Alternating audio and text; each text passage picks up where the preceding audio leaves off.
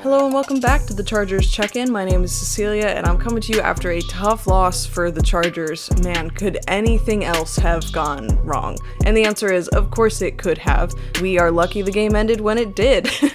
Yeah, man, that's tough. And the question you always ask after a game is, did the winners win or did the losers lose? I think this is a rare case of both. I would still say primarily the Chargers lost, but, against the Giants it was like, yeah, the Chargers completely lost this game. But the Commanders looked a lot better than the Giants did. I know people want to believe that Jackson Dart is like the next coming of Christ, but Jaden Daniels definitely looks better than Dart, even though he was playing not at 100%. I do think Jaden Daniels probably wanted to scramble more than he did, but the problem was he didn't need to. He just had too much time back there, and, I could talk a lot about the defense, and I will, but the story of the game to me really is penalties. That the Chargers lost this game themselves with penalties. Obviously the one that stands out is Marlowe Wax roughing the kicker. You never want to see that, but you especially don't want to see it from a player like that who has really been playing well for special teams. He's made a lot of tackles. He's the guy who can get downfield and contain the returners. So to see him play like that, make a dumb mistake, it makes me turn to coaching. When good players play poorly, I turn to coaching. Now, when bad players play poorly, is what it is, right? But, the defense has been pretty disappointing. The offense has been disappointing, but you look at the offense and you go, yeah, you're kind of throwing together an offensive line with guys you signed in the last couple weeks. So, it's a little bit more forgivable to me, whereas the defense, I'm looking at this going like, Jesse Minter, don't you want a head coaching job next year? This isn't going to work. But, at the same time, you kind of get what you invest in, and the Chargers invested so much into wide receiver this offseason. The good part of that is they, in theory, shouldn't have to draft any wide receivers for the next couple years. Granted, I'm not seeing KLS or Trey Harris look particularly good, but they invested in those guys, they believe in those guys, and we've seen with Quentin Johnston how, sometimes it takes a while for these guys to come online, but in the meantime, the defense is missing big pieces, man. It's amazing to me how big of a difference Khalil Mack makes, because people talk about, yeah, he's not the same player that he was, and he's slowed down a lot, but I'm looking at this team, and I'm like, this team can't set the edge without him. You have Derwin James, who, for some reason, the last couple games, he can't break these blocks, man. He's not, normally blockers should be afraid to go up to him. And that just wasn't the case. I mean, not to take anything away from the rookie running back, but should he have been able to go untouched into the end zone around the outside twice? No, of course not. Of course not. And we're going to get into all this. I do also want to say, man, that broadcast was not good. I mean, I thought Tom Brady started off pretty good, and then it just got weird. But Tom Brady was really annoying, telling that story about, oh, I told Jaden Daniels he can't get hit so much. I told Jaden Daniels that. Not a great way of making it seem like you're not biased, but obviously Tom Brady's biased against the Chargers. He is a part owner of the Raiders. I cannot believe he is allowed to do both of these things. I think it's ridiculous. Not just from a parody standpoint, but for the viewers' sake. Why would I want to listen to the owner of a team who, has something at stake in every game that involves an AFC West team? That's ridiculous. And they kept going back to, because the producers clearly chose the Quentin Johnston fumble as the play of the game. That wasn't the play of the game. I'm sorry. That was a great defensive play. Quentin Johnston was trying to secure the ball against 3 defenders. I'm not that mad at him for it. He's been playing great this year. I'm so much more mad at, Marlowe Wax getting that penalty, Trey Pipkins getting back-to-back penalties, special teams playing poorly. Like, there are so many things you can point to that went wrong in this game, but the defense getting a really good hit on the ball when Quentin Johnston, he catches the ball fully standing up because that was where the window was, and then he gets the ball knocked out. I don't know. To me, I'm having a hard time being super mad at that. And, penalties that'll be the national story about this game. But if you're a Chargers fan, I think your takeaway from this game is we left even more injured than we went in, which doesn't even feel possible. But Mekhi Becton, we were concerned about his concussion issues, and it's like, great, he's able to play, they're going to play better. And then he is out of the game because something with his hand. The reports right now are that he is going to be playing with a club next week. That just means he's going to have something on his hand that doesn't allow him to use fingers at all. And so he's not going to be able to grab on, which is kind of a big part of an offensive lineman's game. Grabbing somebody right in front of you when you're blocking them, that can make a huge impact. So, that makes me a little nervous for pass protection on that side moving forward. But even so, are we going to get him for a full game? It's just, you have these players playing so banged up, and then Trey Pipkins goes out with a groin injury, and I'm looking at that right side, I'm like, is it Jamari Sawyer and Foster Sorrell? Is that it? Is that what we have? And it's just devastating, man. Once again, I'm leaving a game going, the only thing that could have gone wrong that didn't was Justin Herbert managed to stay healthy. We are so lucky that Justin Herbert didn't get hurt. I don't know how he takes hit after hit after hit and it doesn't get hurt. I don't know what that is, because we were so lucky with Phillip Rivers for so long, who could play through anything. He played that game on a torn ACL, and with Justin Herbert, it's like he's taken so many hits and, things are breaking. There's nothing he can do about a broken finger and a broken rib cage. Like, what is he going to do? But he is still proving that he will play through so much pain and hit after hit, and I don't know. I'm impressed. He's got resilience. It doesn't seem like the people around him do, but he's got resilience. And far more concerning than the offensive line injuries, for this game at least, is that Omarion Hampton went out with some kind of ankle injury. He was wearing a boot on his leg by the end, which is why Kamani Vidal was the running back going in. He had a few good runs, but Omarion Hampton, he kept the Chargers in the game for so long because, they would be making contact with him 3 yards behind the line, and he would still get back to the line, or he would still get 3 yards or 4 yards. If the blocking was there, he would get 8 yards, and that's a huge loss because for some reason, Omarion Hampton does not depend on blocking like everyone else does. I don't know what it is, but Omarion Hampton is special, and the fact that he's out makes me really nervous going into next game. I'm not going to say anything about what my score prediction is going to be for the Dolphins. I need to watch more of them, and I need to understand why they're struggling so much. I mean, they have good edge rushers, and this is a team that a couple of years ago, they had so much fire. They were so fun to watch. And now I'm wondering, does Mike McDaniels make it through? Does he make it through the season? And he might, just because not every owner likes to fire during the season. We'll see. But that's going to be interesting because they're playing without so many good players. And I'm thinking about if you have in your starting lineup, Foster Sorrell, I guess he's kind of the swing tackle there because Jamari Sawyer will be out if Mekhi Becton plays. Jamari Sawyer presumably is at tackle. Who then is your depth piece? Is it Sam Mustipher? Is that where we are? What's coming of Michael Dunn, the guy they signed, to the practice squad? And this is how bad the state of things are that we're wondering how good could Michael Dunn be? And this again is just, you get what you invest in, and the Chargers invested in wide receiver over and over again, and it made sense. That's what everybody in the media was telling them to do, and the whole time I'm there like, but if we can't protect Herbert, what are we doing? What are we doing? We have one of the best quarterbacks. We can't let him do anything, and it's just disappointing. I do want to get into some positives because there definitely were positives, and the number one positive to me was the opening drive. I thought the opening drive and the whole opening script worked really well. It protected Herbert. They had a lot of interesting plays, a lot of things that would have been hard to prepare for, and they did a good job establishing the run early. They didn't get discouraged when Omarion Hampton would get stuffed at the line. They were willing to give it to him over and over again because he was consistently willing to get, an extra 2 yards after contact, extra 3 yards after contact, and I thought that was really important. That's something that a Harbaugh team needs. And, the team isn't playing up to Harbaugh standards around him, but Hampton consistently is. And of course, they start the game with 7 points. That's something that we've been looking to see. They're pretty good at getting points on that opening drive, but they're one of the worst teams in the red zone. They're good at getting there, which means they're good at getting 3 points. So starting off the game with 7 points, that was excellent. Absolutely excellent. Nothing bad to say about that. They did a good job protecting Herbert. I think it's so funny anytime they have one of those reverse plays, one of those plays where QJ is running across, they toss to this guy, they toss to that guy, and you end up with Justin Herbert in front of the running back. He always has this instinct, I'm going to block someone, and then he thinks better of it. And I'm glad he does. I don't want him blocking. We don't need him blocking.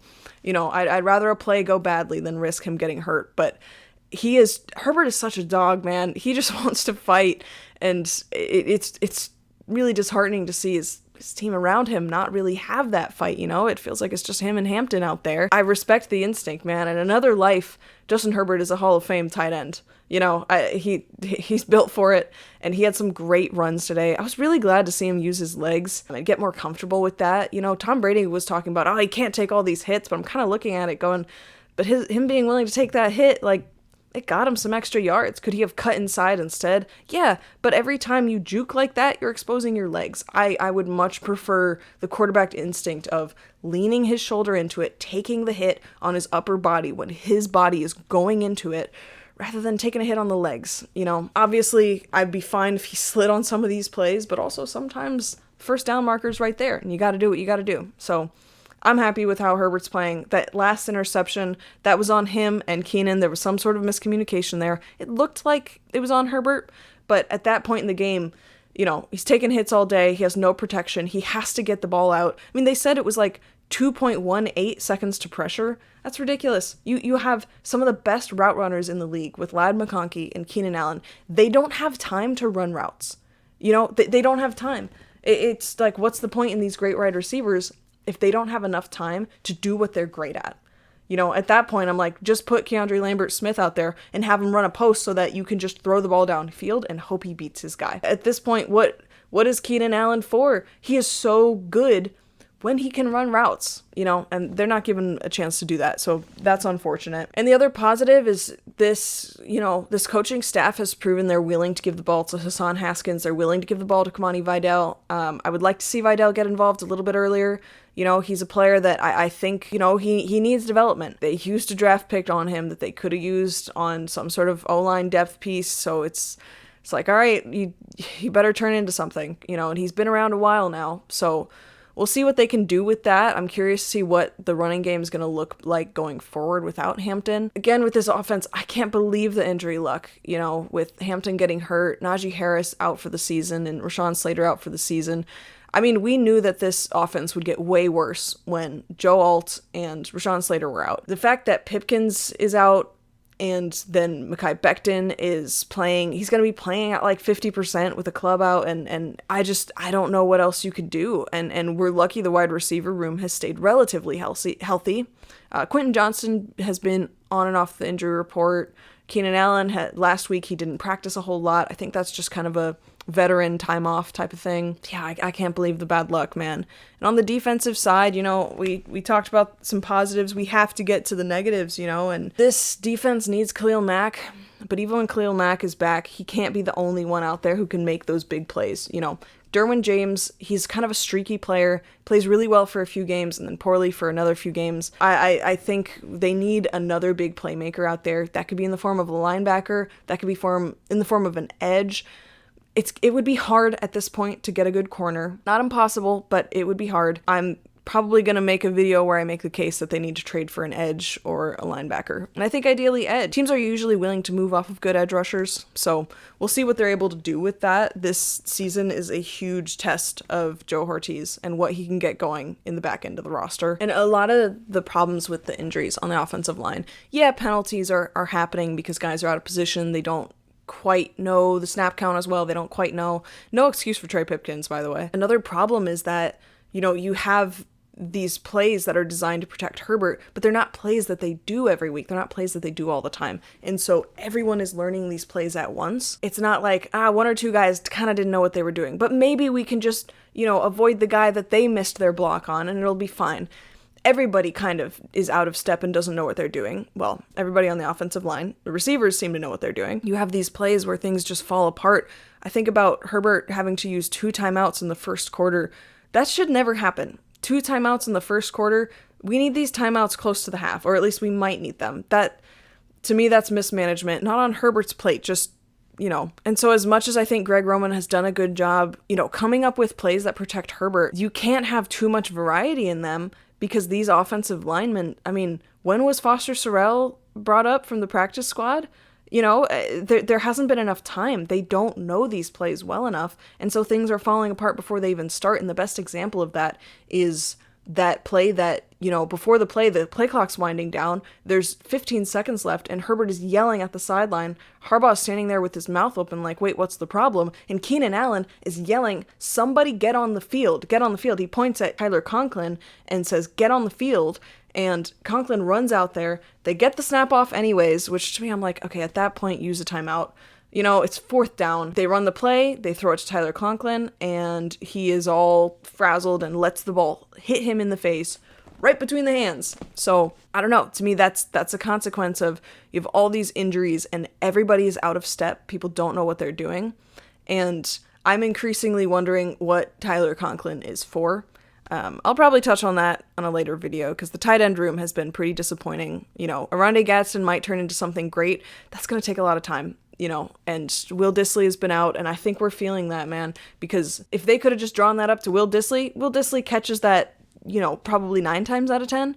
Tyler Conklin, Will Dissly wouldn't have had that level of confusion, because you can say what you want about Will Dissly as a pass catcher, but he plays calm. He plays knowing what is going on. He doesn't always bring the ball in because he's primarily a blocker. He is a calm, veteran, knows what he's doing presence. And we're kind of missing that, We have it in the wide receiver room with Keenan Allen, but we don't have it on the offensive line, and I'm including tight ends in that, and it's really disappointing. And last thing on the offense, I'm wondering if we are also suffering from Greg Roman flipping the script so intensely week to week. You have these games where it's pretty much all passing. And then you have these games where it's pretty much all running. And I remember at the beginning of last season, it was like, the run game's working, just run and run and run. And then we'll flip it 180 and we try to pass. And it doesn't work because they didn't have the pieces in the wide receiver room.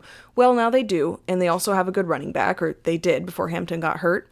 And I'm wondering if you're losing the advantage that you used to have. Because, when you're early in a regime, it's like you don't know what the run game looks like. You don't know what the pass game looks like. So it's hard for defenses to prepare for either of those. But now they kind of know what those look like. And so that additional advantage of what does it look like, and are they going to pass or are they going to run? Which are they going to do? And they're not afraid to do the same one over and over again. That's kind of fading while they learn what these schemes look like. And they've had a lot more tape on Greg Roman with Justin Herbert now. And we're getting to the point of the season where even just looking at this season, defenses, they can prepare better now, And so I think Greg Roman is going to have to settle into something more balanced. And I think, that's what he wanted to do today. That's what he tried to do today. But the offensive line won't let him pass the ball. You have to go back to the draft and how they handled that. That's enough on that. We'll get into the offensive line and what Joe Ortiz's options are, sometime later this week. I want to talk about the defense because the defense needs to be playing better. You have Tariq Still, who I think is great. And it's great watching him against the run because, without Denzel Perryman and Khalil Mack, you lose some of your best players against the run. He keeps getting called for the same penalty, pass interference, because he's not looking at the ball. If he does the same thing, but he's looking at the ball, they don't get that called, and I don't think he should be called on it every time that he is called on it. But the fact of the matter is, at some point, you have to look at the ball, and he needs to learn from that. But that's on Jesse Minter, and that is on, it's on the cornerback coach, it's on the defensive coordinator, and the penalty problem as a whole is also on Jim Harbaugh. And I know that's got to be frustrating for him, but these penalties, they're not a fluke anymore. In 2 games, they had, I want to say 24 penalties because they had 14 last week against the Giants, and now they just had 10. And so many of them are just so needless. Obviously you're going to have a couple false starts here and there. Illegal formation, that should never happen. That just shouldn't happen. Roughing the kicker, that shouldn't happen. And I can't believe on this offensive line how many we're having. But again, with the injuries, people just, they don't know what they're doing and they don't have time to learn. They should be playing better than they are. Penalties are inexcusable. I would rather, a guy doesn't have a great jump off of the snap than get a false start, because then you lose the rep before it even starts. But, they aren't playing with this Harbaugh level of competitiveness that we've come to learn. And, I think about last year's Michigan team and how they still had that fight from Harbaugh, they still, despite losing all their talent and losing like 40 guys to the draft, like they lost so many players. I think it was like a record-setting number of players in the Big Ten. and yet they still could beat Ohio State because they have that Michigan identity and that Michigan swagger that felt left over from Harbaugh. Not to, take anything away from Sherrone Moore. That's his win for sure. It was just so disappointing to see this Charger team hasn't solidified that identity. And it felt like they had after 3 weeks. They fought to the end. It's not that they played well the whole time, but at no point did you feel like, man, it's just Herbert out there. Man, it's just Derwin James out there. Man, it's just one guy out there. It felt like a team identity. And right now, looking at this defense and the team identity isn't there. I don't know what's going on. This used to be a turnover differential team. Coming into the league, I think people expected Jesse Minter to blitz all the time, and he hasn't. Because his secondary is so good, you want to give them every advantage in coverage. But you can't do that forever because Jaden Daniels had way too much time. He just had way too much time. And that's not to take anything away from the edge room, but you don't have any stars there. Thule is really good. I think he would be an excellent complementary piece to someone who is great. But Khalil Mack is hurt. And that can't be all that you have. It just can't be. Not to mention the fact that even if Khalil Mack was playing, he can't play every snap. He's a veteran player. You don't want him getting hurt. You don't want him playing through stuff. He can't be the only guy. Justin Eboigbe has made some developments in his ability to play edge, but it's not enough. Right now I see him just as a depth piece. It's not enough. And I know that we all wanted Caleb Murphy to be a star, but it's great that he made the roster. He's a UDFA. It's a great story. He can make a couple splash plays, but he doesn't have the consistency. He doesn't seem like he can defend the run well enough to warrant him being out there all the time. And it's unfortunate. This edge room used to be a strength for the Chargers, but I'm not convinced that even if they had Joey Bosa, that would be enough. They need to invest. That's going to be a big question over the next few weeks as the trade deadline approaches, is are they going to make any moves in this edge room? And I don't know. I think it's likely that they will make some moves. I think that they will, as much as fans are saying, oh, just throw the season away and tank. They're 3-2. They're not going to tank right now. If they lose to the Dolphins, maybe it's a different story. I don't think that this team tanks no matter what. I don't think Jim Harbaugh has it in him to do that. I don't know. I don't think you tank when you have Justin Herbert at all. I don't think that's something you can do. This team has suffered a lot from these injuries, but they're suffering just as much from their lack of discipline and penalties. So you can blame it on injuries, but it's not entirely on that. The defense is not performing. Special teams has been disappointing. They did a better job containing the returns this week, but they didn't do well enough on their returns. Special teams hasn't put together a really good game yet this year, and that's going to start costing them, which is unfortunate because I think Ryan Ficken has proven that he can be one of the best to do it, but it's just not happening this year. Right now, this defense can't tackle, they can't break blocks, they can't set the edge. That's not good enough. That's not good enough. Even if the offense were playing really well, I don't think that would have been good enough to win against a good running back and a team that can score. Jaden Daniels should not have been able to score 27 points in this game. He shouldn't have. That shouldn't have happened. And a lot of that, it's on the offense struggling a lot. The defense did a good job in the first half. They made it so that the offense, they consistently make it so that the offense has pretty much the whole first half to get as far ahead as they can. And then in the second half, both sides of the ball are just falling off. I don't know what that is. With an identity around competitiveness, they should get better as the game goes on. Maybe the offense should look its best in the opening drive because you have the script and you've been practicing this order of plays all week. Totally makes sense. But after that, you should be better in the fourth quarter than you were in the third. You should be better in the third than you were in the second. And that's inexcusable. That's on coaching.